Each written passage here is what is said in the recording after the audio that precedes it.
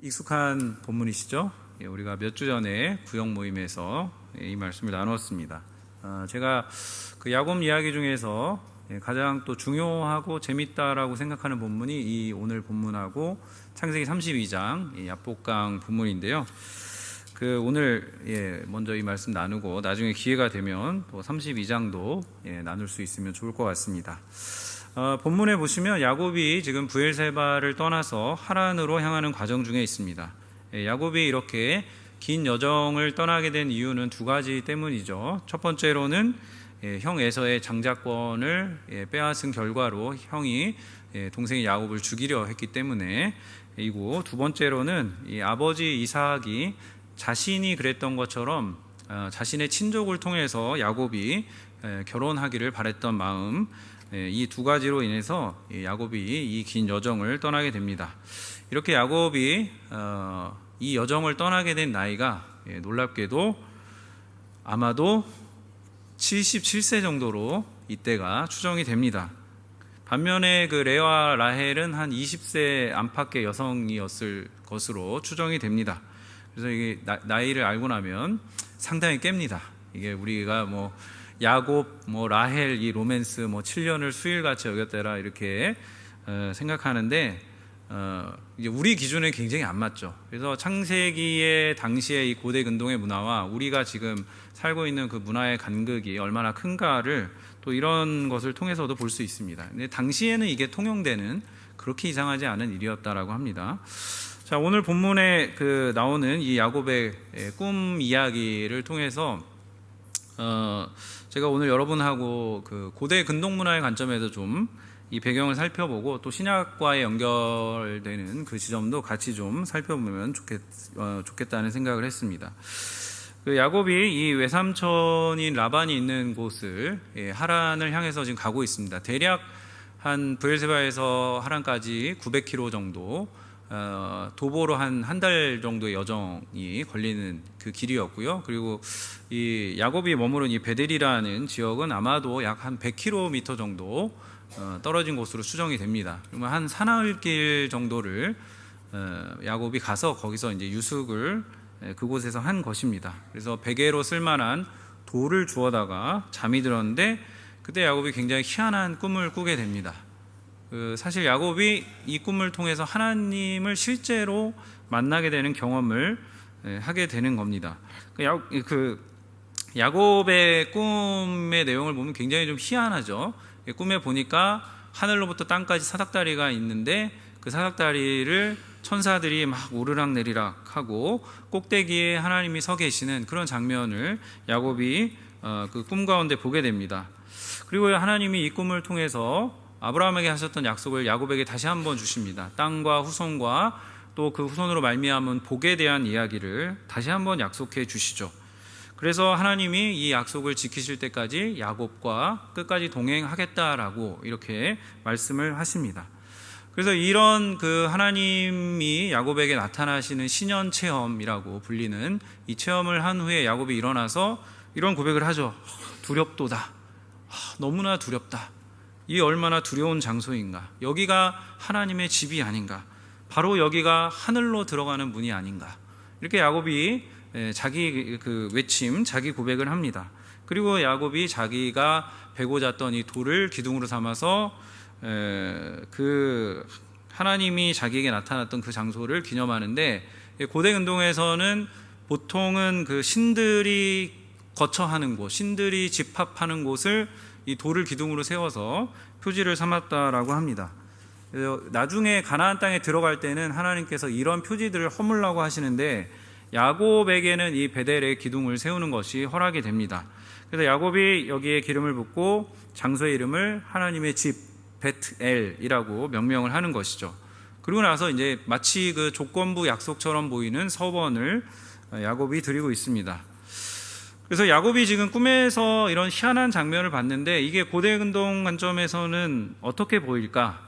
학자들은 아마도 야곱이 이 꿈에서 본 사다리가 그 하늘과 땅을 이어주는 계단이었을 것으로 추정을 합니다. 그래서 당시 고대 메소포타미아에서 흔히 볼 수 있었던 지구라트를 야곱이 본 것이다라고 생각을 합니다. 그림을 한번 보여주시면 지금도 있죠. 이런 유적들이 그 이란, 이라크 지역에 가면. 그래서 지구라트라는 그 건축물은 뭐 이 정도로 정교한 건 아니고 그냥 쭉 계단으로 돼 있는데, 어쨌든 특징은 이 꼭대기가 신전 같은 곳이 있습니다. 그래서 당시 사람들은 이 계단을 통해서 저 신전에서 그 자신들이 믿는 신을 만날 수 있고, 그 신에게 예물을 드리고 그 신을 경배하면 그 신이 내려와서 그것을 받고 그것을 드린 자들에게 복을 준다라고 믿는 그런 신앙들이 있었습니다. 야곱이 아마도 이 꿈의 그 실체에 가까운 것이 아마 지구라트의 모형이 아니었을까. 그런데 이제 그 야곱이 꾼 꿈과 당시 사람들이 보통 생각하고 있던 것과 조금 차이점도 있습니다. 지구라트가 그렇게 신들이 왔다 갔다 하는 것과 달리 야곱의 꿈에서는 천사들이 층계를 오르내리고 신은 그 위에 계시죠. 하나님이 그 위에 계십니다. 그래서 이것을 삼위일체적으로 좀 해석을 한다라면, 하나님이 초월해 계시는 하나님이시기 때문에 이 땅에 그 하나님이 삼위일체적으로 존재하셔서 내재를 하시거든요. 초월하신 하나님이 이 땅에 어떻게 올 수 있느냐. 그래서 성경을 통해 보면 성부가 성자와 성령을 통해서 이 땅을 왔다 갔다 하시는, 그래서 신약에서는 그게 명확하게 드러나고 구약에서는 간헐적으로 그런 것들이 드러납니다. 오늘 본문을 통해서도 그런 이제 성자와 성령이 아닌 또 하나님의 심부름꾼에 해당되는 천사들이 하나님의 명을 받아서 이 땅을 왔다 갔다 하는, 그래서 지금 천사들이 층계를 막 오르락 내리락 하는 그런 차이점들이 여기서 우리가 볼 수 있는 것입니다. 그래서 이 천사들이 오르락 내리락, 초월과 내재 사이를 오르락 내리락 하고 있다.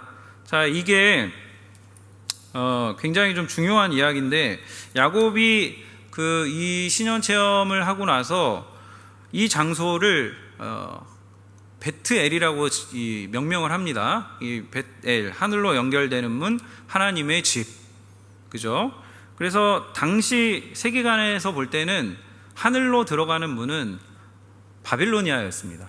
바벨론 이름의 뜻 자체가 신의 문입니다.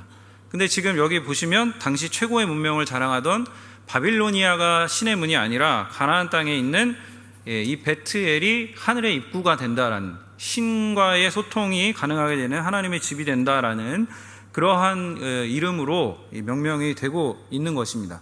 그래서 야곱이 자기의 이 체험을 통해서 이곳이 하나님을 만나는 곳, 신을 만나는 곳, 그래서 하나님의 집이라고 그렇게 이름을 지은 것입니다. 근데 이제 성경 전체를 통해서 볼 때는 이 하늘의 문이 베델이라는 장소가 아니라 야곱 자신이라고 보는 것이 저는 더 타당하다고 생각을 합니다. 하나님이 장차 이 야곱이라는 사람을 통해서, 이 야곱이라는 계단, 야곱이라는 이 입구를 통해서 야곱의 후손뿐 아니라 그 후손을 통해서 계시되는 그 하나님을 믿는 사람들이 이 하늘의 집으로 오르락 내리락 하게 되는, 연결되는 그러한 일들이 일어날 것이기 때문입니다. 그래서 야곱과 그 후손을 통해서 하나님이 알려지게 되는 것, 이 일들이 시작점이 지금 야곱인 것이죠. 그래서 야곱 이스라엘은 나중에 이름이 이스라엘로 바뀌죠. 그 하늘의 계시가 이 땅에 닿도록 하는 역할을 바로 이 하나님이 택하신 자인 야곱이 그것을 감당하게 되는 것입니다. 그래서 장소, 베트엘이라는 장소가 아니라 이 야곱 자신이 하늘에 들어가는 문이다 라는 것이죠. 네. 그래서 여기서 좀 더 들어가면 신약에서 그 요한복음에 사실 이 창세기 28장 본문이 인용이 되거든요. 그 나다나엘과 예수님의 대화를 통해서 보면 이게 더 그렇지라는 생각을 하게 됩니다. 자, 요한복음 1장 47절에서 51절 말씀 함께 좀 읽겠습니다. 시작. 예수께서 나다나엘이 자기에게 오는 것을 보시고 그를 가리켜 이르시되, 보라, 이는 참으로 이스라엘 사람이라 그 속에 간사한 것이 없도다. 나다나엘이 이르되, 어떻게 나를 아시나이까? 예수께서 대답하여 이르시되, 빌립이 너를 부르기 전에 내가 무화과나무 아래에 있을 때에 보았노라. 나다나엘이 대답하되, 라삐여, 당신은 하나님의 아들이시요 당신은 이스라엘의 임금이로소이다. 예수께서 대답하여 이르시되, 내가 너를 무화과나무 아래에서 보았다 함으로 믿느냐? 이보다 더 큰 일을 보리라. 또 이르시되 진실로 진실로 너희에게 이르노니 하늘이 열리고 하나님의 사자들이 인자 위에 오르락 내리락 하는 것을 보리라 하시니라. 아멘. 자, 예수님의 제자가 된 빌립이 친구인 나다나엘을 전도해서 데려옵니다. 예수님과 나다나엘이 처음 보는 사이죠. 근데 예수님이 나다나엘을 마치 잘 알고 있었던 사이처럼 이야기를 하십니다. 네가 무화과 나무 아래 있을 때 내가 널 보았다.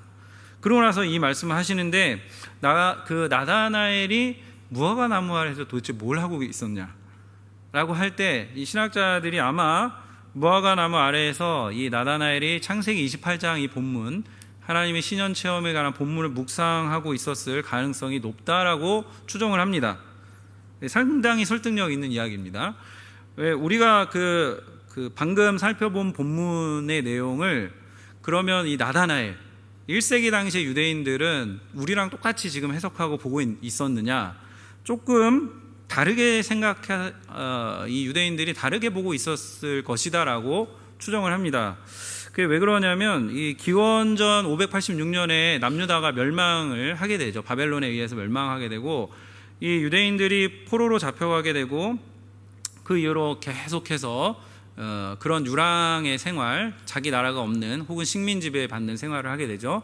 이제 그 어간의 유대인들이 이 구약 성경에 대한 본문을 가지고 자신들만의 그 주석, 오늘날로 치면 주석 같은 성경을 만듭니다. 그것을 유대인 성경 타르굼이라고 부르는데 이 유대인들이 가진 성경 해석이 있어요. 이 타르굼이라는 성경 해석을 통해서 좀 독특한 해석을 하는데 이 창세기 28장의 타르굼 성경의 해석을 보면 굉장히 독특합니다.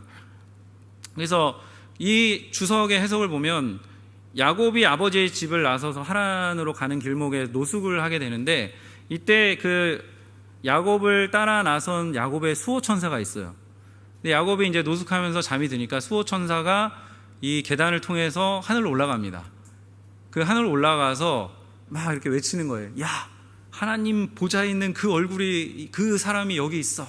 그 여기 있어. 그러면서 막 얘기를 합니다. 그래서 밤새도록 야곱이 자는 동안에 저기 있는 구베이 천사들이 이렇게 쭉 내려와서 구경하고 가고, 홍채눈 천사들이 또 구경하고 가고, 지우팅의 천사들이 구경하고 가고, 푸동 천사들이, 그래서 막 동네마다 천사들이 막 구경을 하고 가는 거예요. 그 왜 이 천사들이 지금 야곱의 얼굴을 보기 위해서 오르락내리락 하면서 왔다 갔다 했냐?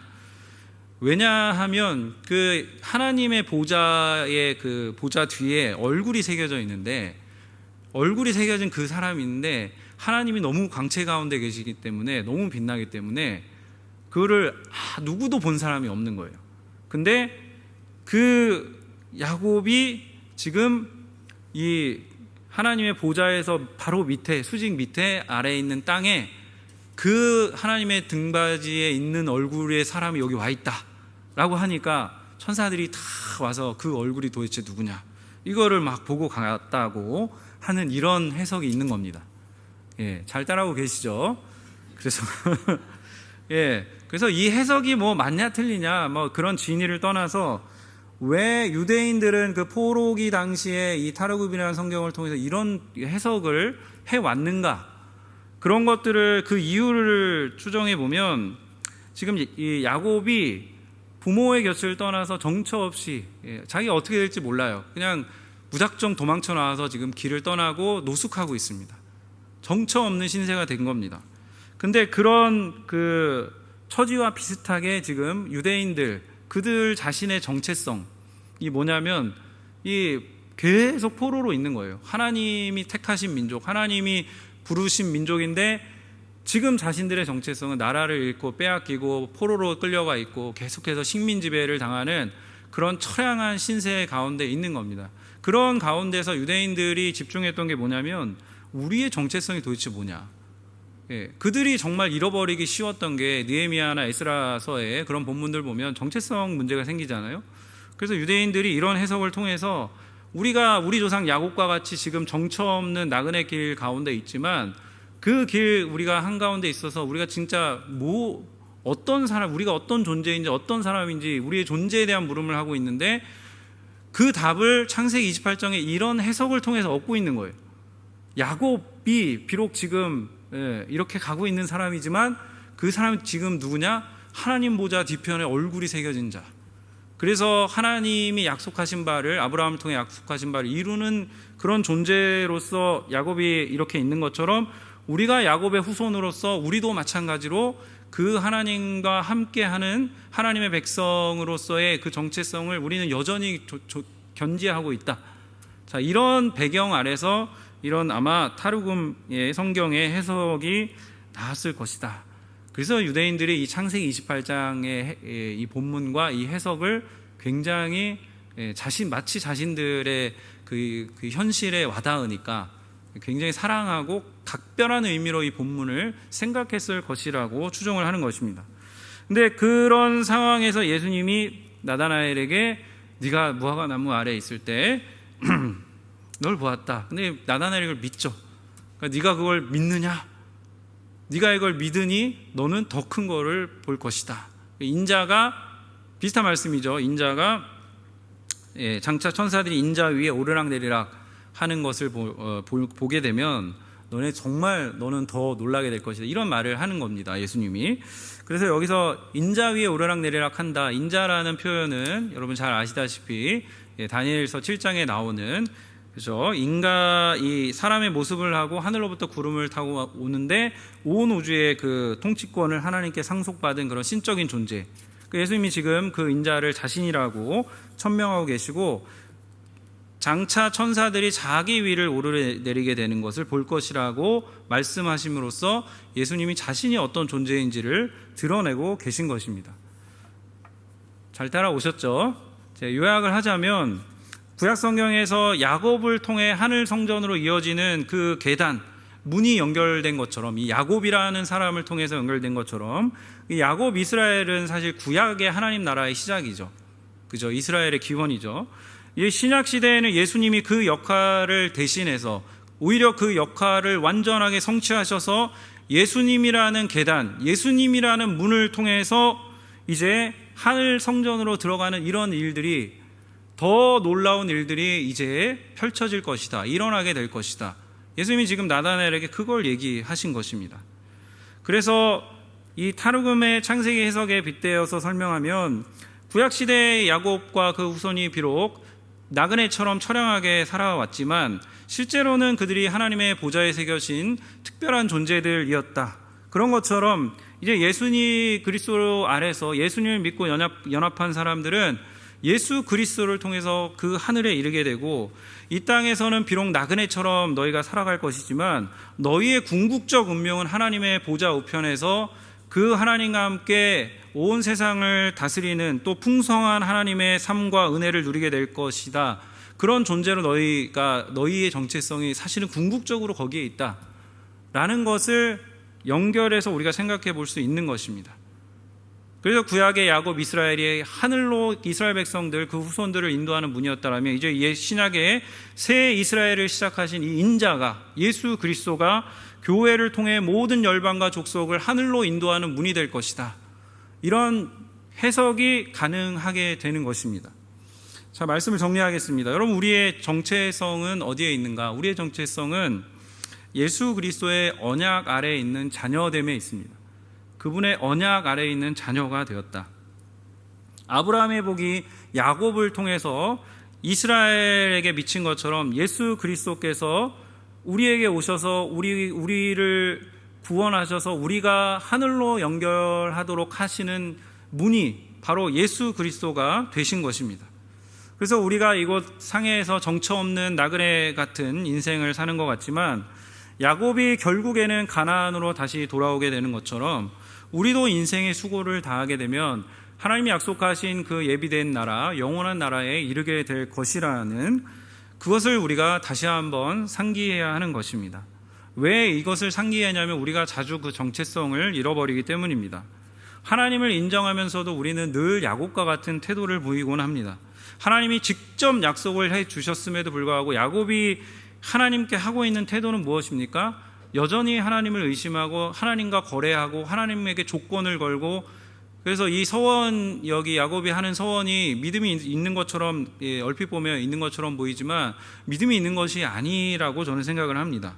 하나님과의 어떤 일종의 거래고, 야곱이 지금 11조 개념이 여기 나오는데 10분의 1을 바치겠다는 것도 우리가 생각하는 기독교에서의 11조 개념이라기보다는 당시 고대 세계에서 흔했던 서원의 과정에서 신에게 드리는 어떤 과세를 납부하는, 자기가 서원했을 때 한 10분의 1 정도를 납부하는 그런 의미로서의 야곱이 그 당시의 사람들이 다 하고 있던 서원을 하고 있는 것입니다. 그러니까 야곱의 신앙이라는 것이 이 정도밖에 안 됐어요. 야곱이 신앙이 좋았던 것이 아니에요. 근데 그 정처 없는 야곱, 그 속이는 자 야곱, 그 교활한 야곱에게 그 하나님이 야곱을 찾아오셔서 야곱을 선택하셨다라는 것이 정말 중요한 사실입니다. 그 야곱이 하나님 앞에 엎드려지기까지 이 야곱을 하나님이 인도하십니다. 야곱에게 어떤 그 하나님을 따를 만한, 하나님에게 이뻐 보일 만한 그러한 믿음이나 그러한 어떤 행위나 그런 것들이 있던 것이 아니라 그냥 하나님이 야곱을 선택하셨기 때문에 하나님이 야곱을 이끄셔서 그가 하나님 앞에 엎드리기까지 하나님이 만들어내시고 그의 이름을 이스라엘로 바꾸시고 하나님이 그에게 약속하셨던 복의 상속자가 되도록 결국은 하나님이 주권적으로 인도하셔 섭리하시는 것입니다. 그러니까 우리도 마찬가지예요. 하나님께서 우리를 택하셨습니다. 근데 지금 우리의 모습이 정처 없어 보이고 우리가 때로는 이곳에 있으면서 무가치해 보이는 그런 때가 굉장히 많습니다. 한국에서 다 여러분이 일을 하다가도 남편이 주제 발령 나서 여기 오면 일을 그만두고 와야 되고 뭐 그런 상황들이 종종 발생하잖아요. 그러면 일을 하다가 안 한 분들은 이제 여기서 물론 좋은 분도 있지만 어느 때 보면 난 뭐 하고 있는 거지, 이런 질문을 할 때가 많습니다. 근데 우리가 잊지 말아야 할 것은 하나님이 우리를 부르셨고 하나님이 우리를 인도하셨고 이것이 비록 우리가 어떤 목적을 잘 아직도 발견하지 못했다고 할지라도 하나님이 이 정처 없는 인생 같은 우리의 길을 지금 먼저 택하셨고 인도하고 계시다라는 것입니다. 그리고 하나님이 원하시는 것은 여러분이 이 과정을 통해서 하나님 앞에 엎드리게 되는 것입니다. 하나님을 찾게 되는 것입니다. 하나님을 간절히, 그분을 더 간절히 찾게 되는 이런 하나님의 의도와 구원의 목적들이 어떻게 보면 이 상해라는 땅에서 굉장히 잘 성취되고 있다라고 저는 생각을 합니다. 한국에서는 절대 그러지 않을 분들이 이곳에 오셔서 믿음 생활 하시고 시작하시고 잘하게 하시고 뭐 제자반 훈련도 받게 하시고 또 리더로 세우시고 이런 일들이 어떻게 가능한가? 하나님이 여러분을 선택하셨고 나라는 존재를 하나님이 나의 예쁨, 그죠? 예쁘고 소중한 이교구, 나의 예쁨 때문이 아니라 그것 때문이 아니죠. 내가 어떤 외모 때문이 아니라 나의 내면의 어떤 행함 때문이 아니라 하나님이 우리를 선택하셨기 때문에 하나님이 내가 어떠하든지 상관없이 나를 택하셨기 때문에 나를 질질 끌고서라도 그 하나님이 원하고자 하시는 그 구원의 모습, 하나님이 기뻐하시는 하나님의 형상됨의 회복, 하나님이 기뻐하시는 그 정체성으로의 인도하는 이 과정으로서 우리를 이곳에 두셨다. 그래서 우리가 이것을 다시 한번 오늘 상기하고 지금은 여러분에게 그것이 해석되지 않는 어떤 현재의 그런 궁금증과 질문과 계속되는 물음표가 있을지라도 여러분 그것을 가지고 계세요. 언젠가 풀릴 거니까. 가지고 주님 앞에 계속해서 나아갈 때 하나님께서 여러분의 길들을 인도하시고 신실하게 하나님이 그 약속과 언약을 이루실 줄로 믿습니다. 여러분의 인생길에 하나님이 끝까지 동행하시고 그 하나님의 구원의 계획과 그 구원의 은혜를 비추어 주실 줄로 믿습니다.